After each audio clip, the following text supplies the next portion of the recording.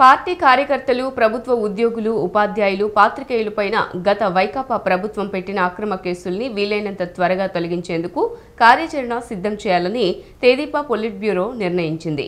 ఈసారి మహానాడు మే 27, 28, 29 తేదీల్లో కడపలో నిర్వహిస్తామన్నారు.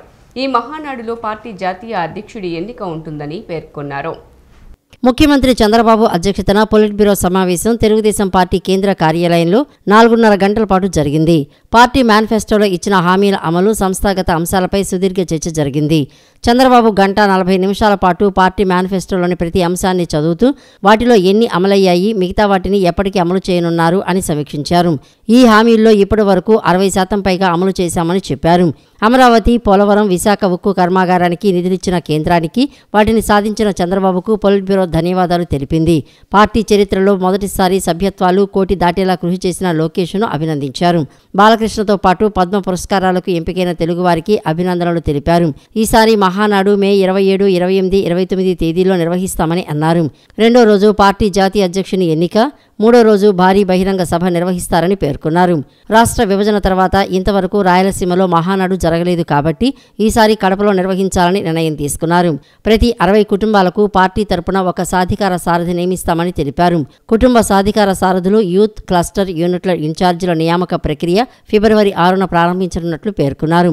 మహానాడు నాటికి బూత్, క్లస్టర్ యూనిట్, గ్రామ, మండల కమిటీలు, కార్పొరేషన్లో డివిజన్ కమిటీలు, మున్సిపాలిటీలో వార్డు కమిటీలు, శాసనసభ, లోక్సభ నియోజకవర్గ కమిటీలు అధ్యక్షుల నియామకం పూర్తి చేయాలని నిర్ణయించారు. పార్టీ జాతీయ అధ్యక్షుడు, మంత్రులు సహా ప్రతి ఒక్కరూ ఈ కమిటీలో ఏదో ఒక దానిలో సభ్యులుగా ఉంటారని, వాటిలో సభ్యులకే నామినేటెడ్ పదవులు కేటాయించాలని కోరారు. నియోజకవర్గాల్లో ఎమ్మెల్యేలు అందుబాటులో లేకపోవడంతోనే ప్రజలు ఆర్జీలు తీసుకుని కేంద్ర కార్యాలయానికి వెల్లువలా తరలి వస్తున్నారు. దానివల్ల పార్టీ కార్యకర్తలకు కొంత అసౌకర్యం కలుగుతోంది. ఇకపై అన్ని నియోజకవర్గాల్లోనూ ప్రతి శనివారం ఎమ్మెల్యేలు ప్రజల నుంచి వినతులు స్వీకరించాలని చంద్రబాబు సూచించారు. పార్టీ కేంద్ర కార్యాలయంలో కూడా శనివారం మాత్రమే వినతుల స్వీకరణ ఉంటుంది. ఆ రోజు మంత్రులు అందుబాటులో ఉంటారు. మిగతా రోజుల్లో వినతులు ఇవ్వడానికి వచ్చే వారి కోసం ప్రత్యేక డెస్క్, డ్రాప్ బాక్సులు వంటివి ఏర్పాటు చేస్తామన్నారు. ఇన్ఛార్జి మంత్రులు జిల్లా సమీక్షా సమావేశాల్లో పాల్గొనేందుకు వెళ్లినప్పుడు దానికి ముందు రోజు ఖచ్చితంగా కూటమిలోని 3 పార్టీ నేతలతో సమన్వయ సమావేశం ఏర్పాటు చేయాలని తెలిపారు. పట్టభద్రుల ఎమ్మెల్సీ ఎన్నికల కోడ్ ముగియగానే మెగా డిఎస్సికి నోటిఫికేషన్ ఇవ్వనున్నట్లు విద్యా, ఐటీ శాఖల మంత్రి నారా లోకేష్ వెల్లడించారు. మార్చిలో ప్రక్రియ ప్రారంభించి విద్యా సంవత్సరం ప్రారంభంలోనే ఉపాధ్యాయ పోస్టులు భర్తీ చేస్తామని ప్రకటించారు. వైకాపా ప్రభుత్వం పెండింగ్ పెట్టిన బోధనా రుసుముల్ని చెల్లించాలని ఆ పార్టీ నేతలే నేడు ఆందోళనకు పిలుపునివ్వటం విడ్డూరంగా ఉందన్నారు. మంగళగిరిలోని పార్టీ కేంద్ర కార్యాలయానికి విచ్చేసిన మంత్రి నారా లోకేష్ విలేకరులతో కాసేపు ముచ్చటించారు. విద్యాశాఖలో ప్రతి నిర్ణయంలోనూ ఉపాధ్యాయుల అభిప్రాయాలు తీసుకుంటున్నట్లు తెలిపారు. ఉపాధ్యాయ సంఘాలతో నిత్యం సంప్రదిస్తున్నామని పేర్కొన్నారు. ఉమ్మడి ఆంధ్రప్రదేశ్, నవ్యాంధ్రలో 80% ఉపాధ్యాయ పోస్టులు తెలుగుదేశం పార్టీ హయాంలోనే భర్తీ అయ్యాయని అన్నారు. గత వైసీపీ ప్రభుత్వం పెండింగ్ పెట్టిన 3,000 కోట్ల బోధనా రుసుముల్లో విడతల వారీగా 800 కోట్లు విడుదల చేసినట్లు చెప్పారు. జగన్ పెట్టిన ధాన్యం, ఆరోగ్యశ్రీ బకాయిలు, ఉద్యోగులు, ఉపాధ్యాయుల పెండింగ్ బిల్లులన్నీ చెల్లిస్తున్నట్లు వెల్లడించారు. ఉపాధ్యాయుల బదిలీలు పారదర్శకంగా నిర్వహించేందుకు కొత్త చట్టం తెస్తాము. ప్రభుత్వ పాఠశాలల్లో డ్రాపౌట్ల నివారణకు ప్రత్యేక వ్యవస్థ, విద్యార్థుల సంఖ్యను ఖచ్చితంగా తెలుసుకునేందుకు ఆపార్ కార్డు విధానాలను తెస్తున్నామని అన్నారు. వాట్సాప్ గవర్నెన్స్ కు ప్రజల్లో మంచి ఫీడ్బ్యాక్ వస్తోంది. అక్కడక్కడ చిన్నపాటి సమస్యలు ఉన్నా వారం రోజుల్లో పూర్తి స్థాయిలో అన్ని సేవలు అందుబాటులోకి వస్తాయి. మరిన్ని సేవల్ని ప్రజలకు అందుబాటులోకి తెచ్చేందుకు చట్ట సవరణ సైతం చేస్తామన్నారు. రాబోయే 6 నెలల్లో 520 రకాల సేవల్ని అందుబాటులోకి తెస్తామని తెలియజేశారు. పార్టీ నాయకులు, శ్రేణుల ఎదుగుదల కోసమే ఒక వ్యక్తి ఒక పార్టీ పదవిలో 3 సార్లు కంటే ఎక్కువ ఉండకూడదు అనే ప్రతిపాదన తెచ్చామని, విస్తృత చర్చ తర్వాత దీనిపై నిర్ణయం తీసుకుంటామని నారా లోకేష్ పేర్కొన్నారు. మాజీ మంత్రి పెద్దిరెడ్డి రామచంద్రారెడ్డిపై మంత్రి అనగాని సత్యప్రసాద్ సంచలన ఆరోపణలు చేశారు. మంగళంపేట అటవీశాఖ భూ ఆక్రమణలపై 2 వారాల వ్యవధిలో నివేదిక వస్తుందని తేల్చి చెప్పారు. అధికారులతో పాటు పెద్దిరెడ్డి కుటుంబంపైన చర్యలుంటాయని వార్నింగ్ ఇచ్చారు. మదనపల్లి తహసీల్దార్పై వచ్చిన అవినీతి ఆరోపణలపై విచారణ జరుగుతుందని రెవెన్యూ శాఖ మంత్రి అనగాని సత్యప్రసాద్ అన్నారు. మాజీ మంత్రి పెద్దిరెడ్డి రామచంద్రారెడ్డి భూ కబ్జాల గురించి అందరికీ తెలిసిందేనని చెప్పారు. తిరుపతిలో మంత్రి అనగాని సత్యప్రసాద్ పర్యటించారు. ఈ సందర్భంగా మీడియాతో అనగాని సత్యప్రసాద్ మాట్లాడారు. మంత్రి హోదాలో సొంత జిల్లాతో పాటు ఇతర జిల్లాల్లోనూ భూములు కబ్జా చేశారని సంచలన ఆరోపణలు చేశారు. మంగంపేట అటవీ భూములు పెద్దిరెడ్డి దేనికి వాడుకుంటున్నారో అర్థం కావడం లేదని మంత్రి అనగాని సత్యప్రసాద్ చెప్పారు. వైకాపా ప్రభుత్వ హయాంలో మంగళగిరిలోని తెదేపా కేంద్ర కార్యాలయంపై జరిగిన దాడిని శ్రీ సత్యసాయి జిల్లా ధర్మవరం మాజీ ఎమ్మెల్యే వైకాపా నేత కేతిరెడ్డి వెంకట్రామరెడ్డి తాజాగా ఖండించారు. చంద్రబాబు సతీమణి భువనేశ్వరిపై అనుచిత వ్యాఖ్యల గురించి స్పష్టత లేదు. ఒకవేళ నిజంగా అలాంటి వ్యాఖ్యలు చేసి ఉంటే పార్టీ అధిష్టానం తప్పు అని చెప్పి ఉంటే బాగుండేది. కానీ అది జరగలేదు. దీంతో చంద్రబాబును రాక్షసుల్లా హింసిస్తున్నారనే భావన ప్రజల్లోకి వెళ్లిపోయిందన్నారు. వైఎస్ఆర్ కాంగ్రెస్ పార్టీ ప్రభుత్వ హయాంలో మంగళగిరిలోని తెలుగుదేశం పార్టీ కేంద్ర కార్యాలయంపై జరిగిన దాడిని శ్రీ సత్యసాయి జిల్లా ధర్మవరం మాజీ ఎమ్మెల్యే వైఎస్ఆర్ కాంగ్రెస్ పార్టీ నేత కేతిరెడ్డి వెంకట్రామరెడ్డి తాజాగా ఖండించారు. తెలుగుదేశం పార్టీ నేతల ఇళ్లపై పార్టీ కార్యాలయంపై దాడి ముమ్మాటికి తప్పేనని వ్యాఖ్యానించారు. ఆయన ఓ మీడియాతో మాట్లాడుతూ అవతలి వ్యక్తి రెచ్చగొట్టే వ్యాఖ్యలు చేసినా దాడులకు పాల్పడటం మంచి పద్ధతి కాదని అన్నారు. తాడిపత్రిలో తమ చిన్నాన్న కేతిరెడ్డి పెద్దారెడ్డి తెలుగుదేశం పార్టీ నేత జేసీ ప్రభాకర్ రెడ్డి ఇంటి మీదకు వెళ్లినప్పుడు కూడా తప్పు అని చెప్పా. ప్రజాస్వామ్యంలో పోరాటాలు చేయాలి లేదా చర్చించి పరిష్కరించుకోవాలి అని అన్నారు. దాడులకు వెళ్లడం ద్వారా ఒక తప్పుడు విధానాన్ని నేర్పిస్తున్నట్లు అవుతుంది. ఈ దాడులు పార్టీ నిర్ణయాలు అని అనుకోవడం లేదు అని అన్నారు. ఆ సమయంలో భావోద్వేగానికి గురయ్యో లేదా జగన్ను ప్రసన్నం చేసుకోవడానికో వారు దాడులకు పాల్పడి ఉంటారని చెప్పారు. చంద్రబాబు సతీమణి భువనేశ్వరిపై అనుచిత వ్యాఖ్యల గురించి స్పష్టత లేదు. ఒకవేళ నిజంగా అలాంటి వ్యాఖ్యలు చేసి ఉంటే పార్టీ అధిష్టానం తప్పు అని చెప్పి ఉంటే బాగుండేది. కానీ అది జరగలేదు అని కేతిరెడ్డి స్పష్టం చేశారు. దాంతో చంద్రబాబును రాక్షసుల్లా హింసిస్తున్నారనే భావన ప్రజల్లోకి వెళ్లిపోయింది. అవతలి వారు ఎంతలా తిడుతూ హేళన చేసినా చంద్రబాబు చాలా ఓపికగా ఉన్నారు. వ్యూహాత్మకంగా వ్యవహరించారు. చంద్రబాబును అరెస్ట్ చేయటం, పవన్ కళ్యాణ్ను అనవసరంగా తిట్టడం తెలుగుదేశం పార్టీ జనసేనలు ఏకం కావడానికి ఉపయోగపడిందని పేర్కొన్నారు. ఆ రెండు పార్టీలోని కార్యకర్తలు ఒకతాటిపైకి వచ్చి పనిచేసేలా చేసింది అని విశ్లేషించారు. రాజకీయాల్లో పవన్ కళ్యాణ్ ఓ సక్సెస్ స్టోరీ అని మాజీ ఎమ్మెల్యే కేతిరెడ్డి అభిప్రాయపడ్డారు. ఏ ఎన్నిక వచ్చినా గెలిచినప్పుడే సుస్థిర పాలన ఉంటుందని ఏపీ సీఎం చంద్రబాబు అన్నారు.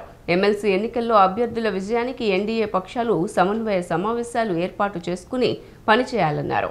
రాష్ట్రానికి వస్తున్న పెట్టుబడులు తదితర అంశాలను ప్రజల్లోకి తీసుకువెళ్లాలని సీఎం చంద్రబాబు దిశానిర్దేశం చేశారు. ఎమ్మెల్సీ ఎన్నికలపై ఎన్డీఏ కూటమి మంత్రులు, ఎంపీలు, ఎమ్మెల్యేలతో సీఎం చంద్రబాబు టెలికాన్ఫరెన్స్ నిర్వహించారు. తొలిసారి గెలిచినా కొత్తగా వచ్చిన నేతలు మరింత చిత్తశుద్ధితో పనిచేయాలని అన్నారు. రాత్రికి రాత్రే అన్ని జరిగిపోతాయని మనం చెప్పట్లేదని, గాడి తప్పిన వ్యవస్థలను సరిదిద్దుతున్నామని అన్నారు. ఎమ్మెల్సీ ఎన్నికల కోడ్ ముగిసిన తర్వాత 16,347 టీచర్ పోస్టులకు డీఎస్సీ నోటిఫికేషన్ ఇస్తున్నామని అన్నారు. ప్రభుత్వం అమలు చేసిన పథకాలు, రాష్ట్రానికి వస్తున్న పెట్టుబడులు తదితర అంశాలను ప్రజల్లోకి తీసుకువెళ్లాలి అని సీఎం చంద్రబాబు దిశానిర్దేశం చేశారు. రాష్ట్రంలో మరోసారి జగన్మోహన్ రెడ్డి ముఖ్యమంత్రి అవుతారనుకున్నామని, కానీ ఓడిపోయాం. అలా ఇలా కాదు, ఘోరంగా ఓటమి పాలయ్యామని మాజీ మంత్రి అంబటి రాంబాబు ఆవేదన వ్యక్తం చేశారు. కేవలం 11 సీట్లు మాత్రమే గెలుచుకున్నామని, ఓటమిని అందరూ ఒప్పుకోవాల్సిందేనని అంబటి రాంబాబు స్పష్టం చేశారు. అనకాపల్లి జిల్లా కసింకోటలో శుక్రవారం వైఎస్ఆర్ కాంగ్రెస్ పార్టీ అనకాపల్లి పార్లమెంటు నియోజకవర్గ ఇన్ఛార్జిగా మాజీ ఎమ్మెల్యే కరణం ధర్మశ్రీ బాధ్యతల స్వీకరణ కార్యక్రమానికి అంబటి రాంబాబు ముఖ్య అతిథిగా హాజరై మాట్లాడారు. రాష్ట్రంలో మరోసారి జగన్మోహన్ రెడ్డి ముఖ్యమంత్రి అవుతారని అనుకున్నాం, కానీ ఓడిపోయాం. అలా ఇలా కాదు, ఘోరంగా ఓటమి పాలయ్యామని మాజీ మంత్రి అంబటి రాంబాబు తెలిపారు. కేవలం 11 సీట్లు మాత్రమే గెలుచుకున్నామని అన్నారు. ఓటమిని ఒప్పుకోవాల్సిందే అని అంబటి రాంబాబు వ్యాఖ్యానించారు.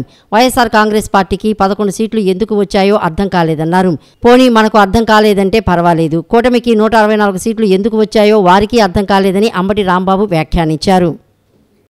దక్షిణ భారతదేశంలో రెండో అతిపెద్ద కథోలిక పుణ్యక్షేత్రంగా ప్రసిద్ధికెక్కిన గుణదల లూర్దుమాత మహోత్సవాల నవదిన ప్రార్థనలు ఘనంగా ప్రారంభమయ్యాయి.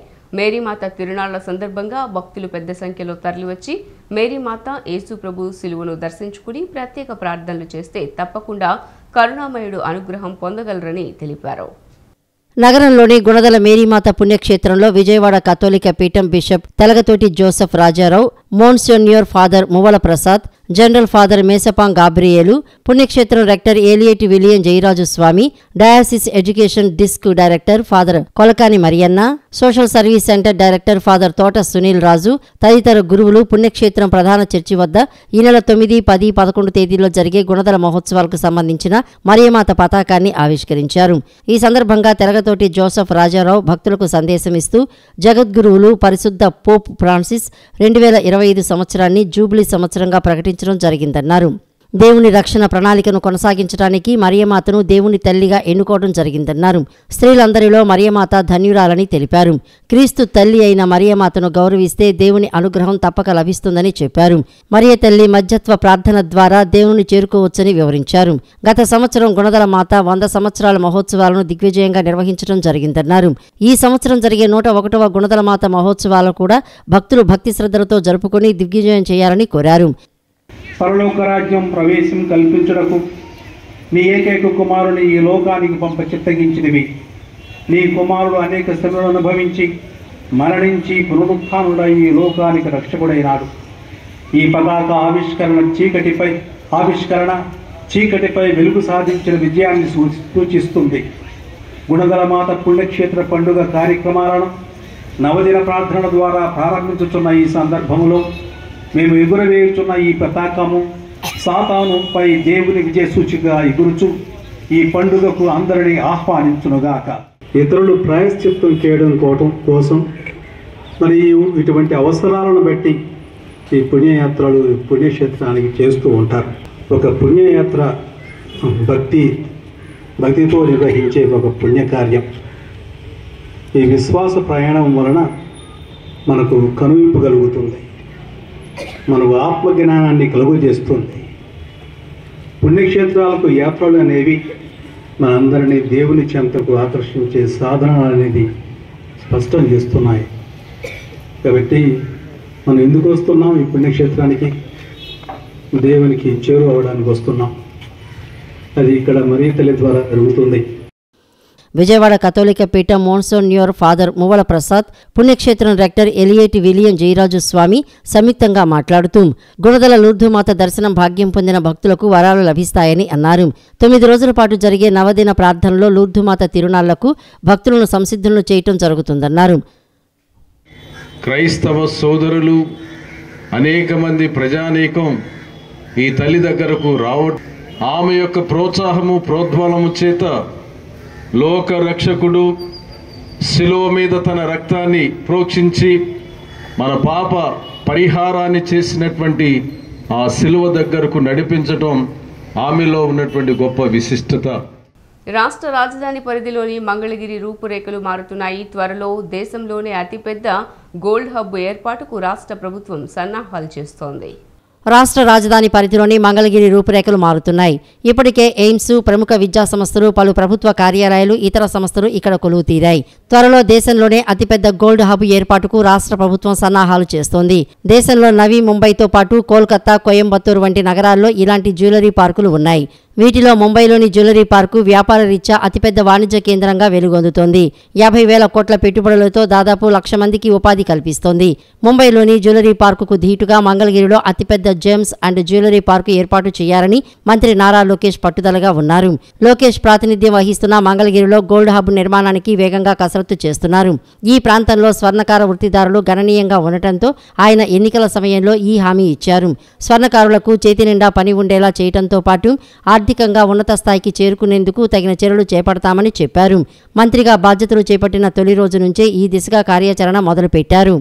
సిటీ న్యూస్ ఇంతటితో సమాప్తం. తిరిగి వార్తల్లో మళ్ళీ కలుద్దాం. అంతవరకు సెలవు. నమస్కారం.